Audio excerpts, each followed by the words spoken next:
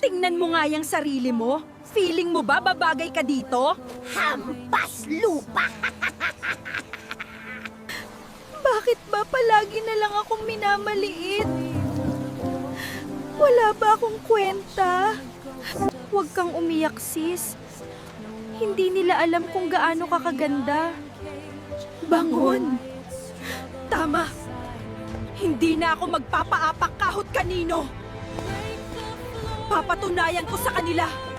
Oras ko na para magningning. Ako naman ngayon. Miss me, mga te? Paano? Paano nangyari ito? Bakit ang ganda niya? Gusto niyo malaman ang sikreto